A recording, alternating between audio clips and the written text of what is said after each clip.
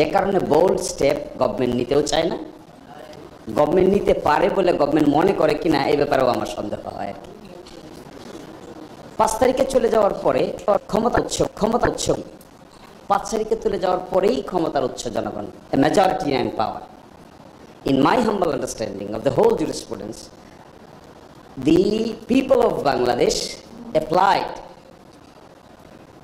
constituent and amending power together and accordingly formed the government. এখন প্রশ্ন হলো, এই বিষয়টার এই ওয়েবটাকে সামনে রেখে advisory opinion is not the proper option. কেন অপশন না আমি সেটা বলছি। আমরা জুলাই সনদে কতগুলো বিষয় ইনকর্পোরেট করছি যেগুলো clearly contradicting the existing provision of the constitution. আমি বলছি যে আসলে একটা সিম্পল জিগজ্যাগ রাস্তায় যাওয়া ঠিক হবে না, একটা simple straightforward permanent solution খুঁজতে হবে। আমি বলছি যে সলিউশন আমরা খুঁজছি, তার অবজেক্টিভটা কি? তার অবজেক্টিভটা হলো আমরা সকলেই এই ভ্যাকুয়াম ফুলফিল করতে চাই, কনস্টিটিউশনালি গ্যারান্টি করতে চাই, ভবিষ্যৎ আদালতে গেলেও যেন এটা আপহেল্ড হয়, এই জন্য একটা স্ট্রংগেস্ট রাস্তা বের করতে চাই। আমার ধারণা this is the purpose of the discussion. আমরা ধরেই নিচ্ছি আমাদের অবর্তমানে কোনো না কোনো দিন এগুলো আদালতে উঠবে, অতীতেরগুলো যেভাবে উঠেছে। তা যদি হয় তাহলে রুটটা কী হওয়া উচিত? সেই রুটটা আমার বিবেচনায় সিম্পল রুট হওয়া উচিত। জিগজ্যাগ রুট যত করব তত বাঁকে বাঁকে মিস্টেক হবে, বাঁকে বাঁকে ডিফিকাল্টি তৈরি হবে। সেই রুটটা কী হওয়া উচিত? ফার্স্ট কথা হলো, এই গভর্নমেন্টের ম্যান্ডেটটার ব্যাপারে আমার ধারণা এখনও কিছু কনফিউশন রয়ে গেছে, যে কারণে বোল্ড স্টেপ গভর্নমেন্ট নিতেও চায় না, গভর্নমেন্ট নিতে পারে বলে গভর্নমেন্ট মনে করে কিনা এই ব্যাপারেও আমার সন্দেহ হয় আর কি।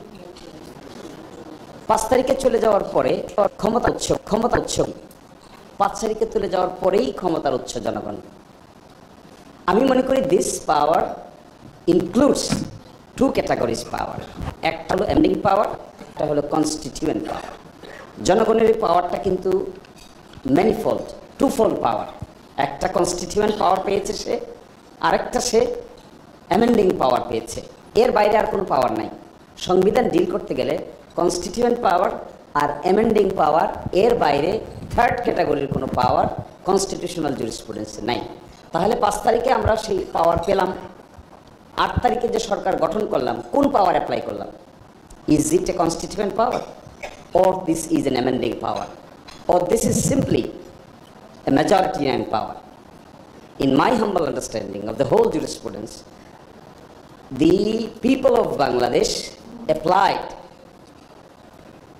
constituent and amending power together and accordingly formed the government. এখন প্রশ্ন হলো, এই বিষয়টার এই ওয়েবটাকে সামনে রেখে advisory opinion is not the proper option. কেন অপশন না আমি সেটা বলছি। আমরা জুলাই সনদে কতগুলো বিষয় ইনকর্পোরেট করছি যেগুলো clearly contradicting the existing provision of the constitution. আবার এর জন্য উত্তর চাইতে যাচ্ছি সুপ্রিম কোর্টের কাছে। তো সুপ্রিম কোর্ট কী বলবে? বলবে ভায়োলেট করো constitution. Can the supreme Court tell it yes, I am giving you an option to violate the existing constitution? Because that would be contradictory for Supreme Court itself. Supreme Court cannot tell it. Second, ধরেন বলল, ভবিষ্যতে একবার challenge হলো, আজ থেকে 20 বছর পরে কোথায় যাব আমি? হাইকোর্টে রিট পিটিশন করব।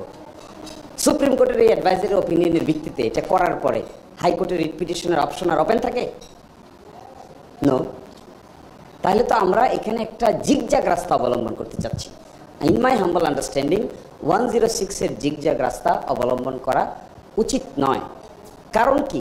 জনগণের পাওয়ারটার মধ্যে কনস্টিটিউয়েন্ট পাওয়ার এবং অ্যামেন্ডিং পাওয়ার ধারণ করেই গভর্নমেন্ট আছে।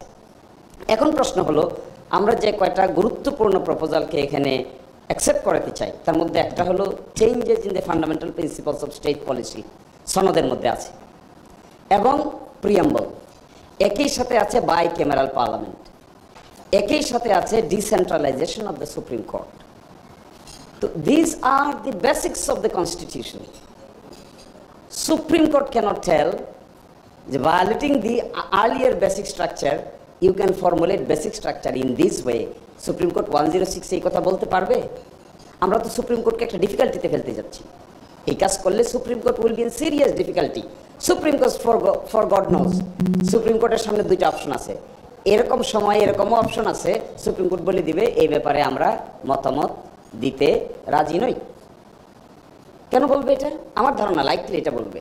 এই জন্য বলবে কারণ বলতে গেলে তার যে ওথ, সে যেভাবে গঠিত হয়েছে সেই কনস্টিটিউশনের প্রভিশনকে ডিসমেন্টেল করার জন্য তাকে মতামত দিতে হবে।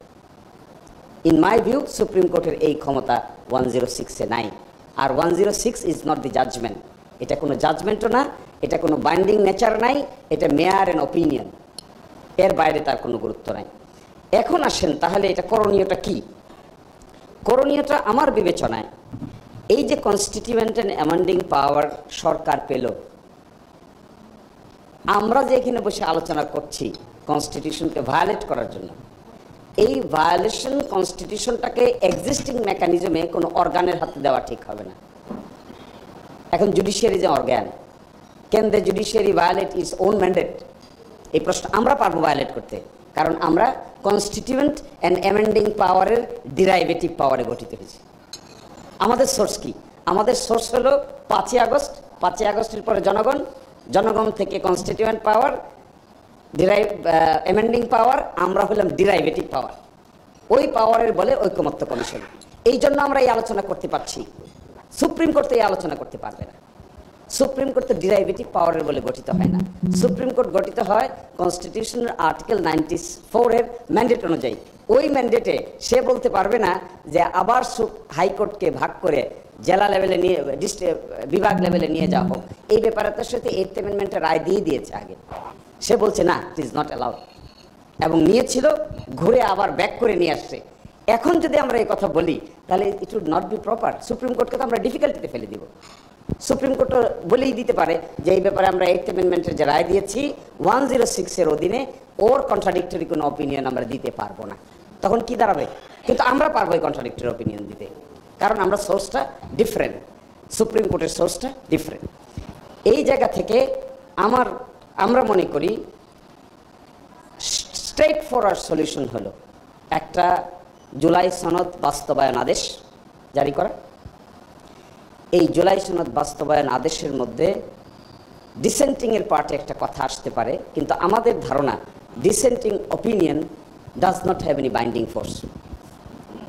ডিসেন্টিং অপিনিয়ন কখনো ফোর্সফুল এক্সিকিউটিভ অপিনিয়ন নয়। আমাদের তত্ত্বাবধায়ক সরকারের মামলায় 4:3, 4 জন ছিল এক পক্ষে, 3 জন ছিল আরেক পক্ষে। 4 জনের সিদ্ধান্তের ভিত্তিতে বাদ হয়েছিল। ওই 3 জনের অপিনিয়ন ছিল বাদ না করার, কিন্তু শেষ পর্যন্ত এক্সিকিউট কোনটা হয়? এক্সিকিউট হয় হলো মেজরিটি। ফলে ডিসেন্টিং এখানে থাকা কোনো প্রয়োজন আছে বলে আমি মনে করি না। আমাদের দেশে এখন পর্যন্ত 3টা গণভোট হয়েছে। একটা গণভোট হয়েছে হলো শহীদ প্রেসিডেন্ট জিয়া রহমানের আমলে। এই গণভোটের ল্যাঙ্গুয়েজটা এখানে আছে। ল্যাঙ্গুয়েজটা ছিল এটা যে আপনারা শহীদ প্রেসিডেন্ট মানে মিস্টার জিয়াউর রহমান কর্তৃক গৃহীত নীতি এবং কর্মকাণ্ডের সহিত একমত কি না। জনগণ বলেছে হ্যাঁ। এরশাদ সাহেব আয়োজন করেছিলেন এটা। আরেকটা আয়োজন করেছিলাম 1991 সালে। 91 সালে আমরা আয়োজন করেছিলাম যখন প্রেসিডেন্সিয়াল ফর্ম থেকে 12th অ্যামেন্ডমেন্টের মাধ্যমে আমরা পার্লামেন্টারি ফর্মে আসলাম। তখন রেট্রোস্পেকটিভ এফেক্ট দিলাম। আমরা রেট্রোস্পেকটিভ এফেক্ট দিয়ে একটা গণভোটের আয়োজন করে অ্যামেন্ডমেন্ট পাস করলাম। কারণ ইলেকশন যেটা হয়েছিল ওটা হয়েছিল প্রেসিডেন্সিয়াল ফর্মের অধীন। তখন পার্লামেন্টারি ফর্ম বলতে কোনো ফর্ম বাংলাদেশের সংবিধানে ছিল না। কিন্তু যখন আমরা অনুভব করলাম, বেগম খালেদা জিয়া ইনিশিয়েট করলেন যে না, পার্লামেন্টারি ফর্মে চলে যাবেন, প্রেসিডেন্টের ক্ষমতাকে খর্ব করে ফেলবেন, তখন তিনি প্রয়োজন বোধ করেছেন যে এই কাজটা করার আগে একটা রেফারেন্ডামের আয়োজন করবেন। এই প্রশ্ন তিনি মানুষকে জিজ্ঞাসা করলেন। সম্ভবত 88 বা 89% মানুষ একমত পোষণ করলো। তারপরে এটা অ্যামেন্ডমেন্টটা পাশ করলেন। এখন যে অ্যামেন্ডমেন্টের কথা আমাদের সালাউদ্দিন ভাই বলছেন, এখন একটা রেফারেন্ডাম, পরে আরেকটা রেফারেন্ডাম। আমি মনে করি এটাও জিগজাগ রাস্তা। এখন রেফারেন্ডাম আমরা আয়োজন করব এই কথা বলার জন্য যে জুলাই সনদের বাস্তবায়নের এইটার জন্য জনগণ হ্যাঁ বলে নাকি জনগণ না বলে। এটা রুট কোথায়? এই সনদের ভিতরে 4-5টা ইস্যু তো আছে কনস্টিটিউশন অ্যামেন্ডমেন্ট করার। আরপিও সংশোধন করে গণভোট দিয়ে কি করে সংবিধান সংশোধন হবে? সংবিধান সংশোধনের যে গণভোট, এইটার বিধান তো 142-তে। সেই 42-তে যে গণভোটের কথা বলা আছে, তার আগে 2-3টা স্টেপ পার হয়ে তারপরে গণভোট, সরাসরি গণভোট না। এবং 142-তে রিভাইভ করে গেছে কিন্তু 142 15th অ্যামেন্ডমেন্টে 142 মামলায় 15th অ্যামেন্ডমেন্টকে 142-কে রিভাইভ করা হয়েছে। যদি এই পজিশন দাঁড়ায়, আমি কেন এই কথা বললাম, আমি বলছি যে এই রাস্তাগুলোকে জিগজ্যাগ মনে হয়। স্ট্রেট ফরওয়ার্ড রাস্তা কি হওয়া উচিত? তাহলে স্ট্রেট ফরওয়ার্ড রাস্তা হলো, this government is holding constituent and amending power, we are holding derivative power, this government can proclaim or issue an order, July সনদ বাস্তবায়ন অর্ডার, এই অর্ডারের মধ্যে এগুলো ইনক্লুড থাকবে, এখানেই নির্বাচনের কথাও বলা থাকবে, এখানেই দ্বিকক্ষ বিশিষ্ট পার্লামেন্টের কথাও বলা থাকবে, এখানেই হাইকোর্ট ডিভিশন 6 জায়গায় চলে যাবে এটা বলা থাকবে, এখানেই ডেপুটি স্পিকার হবে বিরোধী দল থেকে এই কথা বলা থাকবে, এখানেই বলা থাকবে 10 বছরের বেশি কি প্রাইম মিনিস্টার হতে পারবে না, এখানেই বলা থাকবে উচ্চকক্ষ কিভাবে গঠিত হবে, নিম্নকক্ষ কিভাবে গঠিত হবে। এই অর্ডারটাকে বাস্তবায়ন করার জন্য যদি এমন হয় যে ন্যাশনাল ইলেকশন যখন হবে একই সাথে এটাকেও রেফারেন্ডামে অ্যাপ্রুভ করে নেওয়া, তাহলে that may be N easiest রাস্তা। এর ছাড়া বাকি যে সমস্ত রাস্তায় আমরা যাব, এটা দ্বিতীয় স্টেপ, তৃতীয় স্টেপ, চতুর্থ স্টেপ তৈরি করবে। ওই স্টেপগুলো আনসার্টেন। আমরা অনেক বেশি স্টেক হোল্ডারকে যদি যুক্ত করি, তাহলে এন্ড গেম কিন্তু ভালো নাও হতে পারে। ফলে আমি মনে করি এটা ইজিয়েস্ট রাস্তা। আজকে যদি আমরা একমত হতে পারি, this process it will go to the honourable chief adviser. Chief adviser তার মেকানিজম মেনটেন করে একটা অর্ডার দিবেন, জুলাই সনদ বাস্তবায়ন আদেশ। জুলাই সনদ বাস্তবায়ন আদেশটা রেফারেন্ডাম আমরা অ্যাপ্রুভ করে নিব। এরই মাধ্যমে আগামী সংসদ সহ সব কিছু এই আলোকে গঠিত হবে। Things will be very easier. এবং সালাউদ্দিন ভাই যে কথা বলছেন, সেই ক্ষেত্রে পার্লামেন্টে এটাকে রেটিফাইও করে নিব আমরা। এই রেটিফিকেশন করে আমি স্যারকে জিজ্ঞাসা করছিলাম, তাহলে প্রথম পার্লামেন্ট কি দ্বিকক্ষ বিশিষ্ট হবে না এই প্রক্রিয়ায় গেলে? হ্যাঁ, পসিবল। কেমনে পসিবল? প্রথম পার্লামেন্ট যদি আমরা যে প্রক্রিয়ায় গঠন করি না কেন, পিআর পদ্ধতিতে করি আর ফার্স্ট পাস দ্য পোস্ট সিস্টেমেই করি না কেন, ওই পার্লামেন্টের মধ্যে যে দ্বিকক্ষ বিশিষ্ট পার্লামেন্টের প্রপোজাল থাকবে, ওই পার্লামেন্টে এইভাবে গঠিত হয়ে যাবে। যে প্রক্রিয়ায় নেই না কেন আমরা, প্রক্রিয়ার ব্যাপারে আমি কোনো কথা বলছি না, কারণ প্রক্রিয়ার ব্যাপারে ডিবেট আছে। কিন্তু ফার্স্ট পাস দ্য পোস্ট অথবা পিআর যে সিস্টেমেই বলি না কেন, আমরা এগ্রি করে গেলে, এই আদেশ জারি করে গেলে, এই parliament, coming parliament may be a bicameral parliament. এবং আমার ধারণা এই ইজিয়েস্ট রাস্তার মধ্য দিয়ে ঐকমত্য ইজ ভেরি ইম্পর্টেন্ট। কারণ সোর্স ডিরাইভেটিভ পাওয়ার ব্যবহার করতে গিয়ে আমরা অ্যামেন্ডিং পাওয়ারকে আর কনস্টিটিউয়েন্ট পাওয়ারকে ডেস্ট্রয় করতে পারবো না। যদি আমরা কোনো কারণে ডেস্ট্রয় করে ফেলি, তাহলে পরবর্তীতে আদালতে এগুলো নিয়ে বড় ধরনের জিগজ্যাগ প্রবলেম সামলাইতে হবে। এবং এই প্রক্রিয়াটাতে আমি আবার বলছি, আমি ছোট মানুষ, কিন্তু আই এম সরি অনেক কথা বলছি, কিন্তু এতটুকুর জন্য একটা টেকসই মেকানিজম ব্যবহার করে সমস্যাটার সমাধান করে দিয়ে সকলেই আমাদের রিলিভ হয়ে যাওয়া প্রয়োজন। এবং সেটা হলো জুলাই সনদ বাস্তবায়ন আদেশ। No 106, no referendum now, referendum may be organized at the time of the national election. Next parliament will be bicameral parliament. এবং যে সমস্ত কনস্টিটিউশনাল দিয়েছি, এই প্রশ্নটা আমরা জনগণের কাছে জিজ্ঞাসা করতে পারি ওই সময়ে। এখন এটা আগে জিজ্ঞাসা করার কোনো প্রয়োজন আছে বলে মনে হয় না।